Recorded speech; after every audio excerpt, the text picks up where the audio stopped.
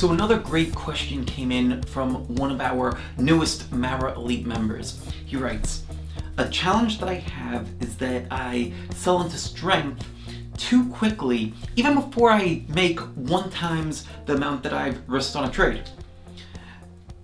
And I do this to lock in gains. When I do this, sometimes the stock will drop and I feel good, like I made the right choice. Other times the stock continues to soar without me. And my reasons for selling impulsively is that I don't want to see my stock go back down and lose money. How can I overcome this? Well, I want to give you 3 tips on different things that you could do to begin to resolve this problem.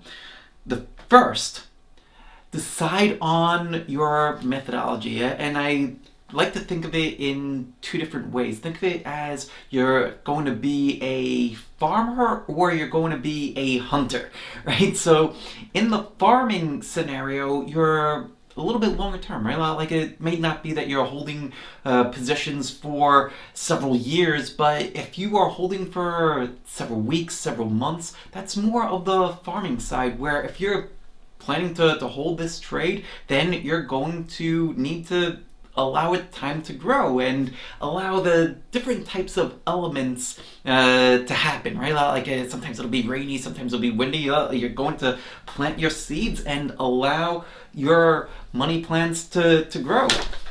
Now, let's say that's not for you. You are a hunter. And with the hunting methodology, that's more like day trading, scalping, very short-term swing trading where you're holding for maybe a couple of days. That's where I would say that you are turning your portfolio over much quicker, and it might be appropriate for you to sell into strength very quickly. But you need to decide what type which camp you fall into. Do you want to be more of the farming type, or do you want to be more of the hunter type? Then once you get that down, what I would suggest is testing your methodology. Now, because you're a Mara Elite member, you have access to the recent boot camp that we did on backtesting, as well as the backtesting spreadsheet that we put together. If somebody else is watching this and you're not a Mara Elite member yet, that's something that you'd be able to get access to. But go back and test, well, whatever methodology that you come up with. So if you go with that farming round and you come up with, well, I'm going to hold if the stock comes back and only sell if it breaks a certain moving average. Okay, great. That's something that you could go back and test and see, well, it worked well on my first 3 trades. What about the next 5? How about the next 10? And keep on testing until you have a sample size of about 100.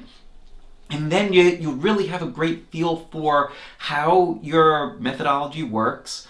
And you'll also have statistical significance that will tell you if what you're doing actually does work or not.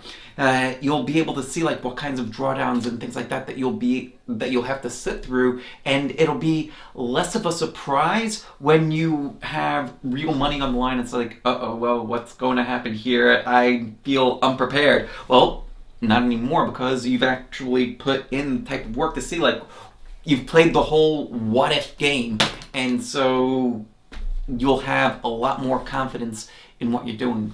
And the third tip that I have for you actually comes from exercise number 4 in the Mara Mindshift Guide, and it has to do with all of the beliefs that you had in your question. So like take everything that you said in your question and run it through exercise number 4, which is, are your beliefs helping you or hurting you? So some of the questions that you want to ask yourself is, and go through that whole statement again, and ask yourself of each sentence, is this belief helping me achieve my goal?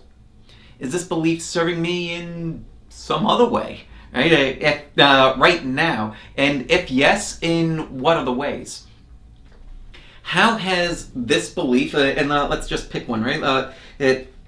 when I do this, sometimes the stock will top and I will, or drop, and I will feel like I made the right choice. So is that helping you achieve your goal? Is that serving you in some other way? If so, in what ways? List them all out so that way you're gaining clarity on this belief and how it's serving you in some way. Then it also asks you, how has this belief served you in the past? What did this belief get you into? What does this belief keep you out of? And if this belief is not serving you right now, are you able to let it go? And if the answer is yes, then kiss it goodbye. If not, then you'll want to go through exercise 5 in the Marrow Mind Shift Guide, which talks about cutting the cord on limiting beliefs. So those are 3 tips that can help you overcome selling too rapidly. Again, decide on your methodology. Are you going to be a farmer? Are you going to be a hunter? Which one is it going to be? Pick one and go with it. Then number 2 is test your methodology. Number 3 is go through exercise number 4 in the Marrow Mind Shift Guide.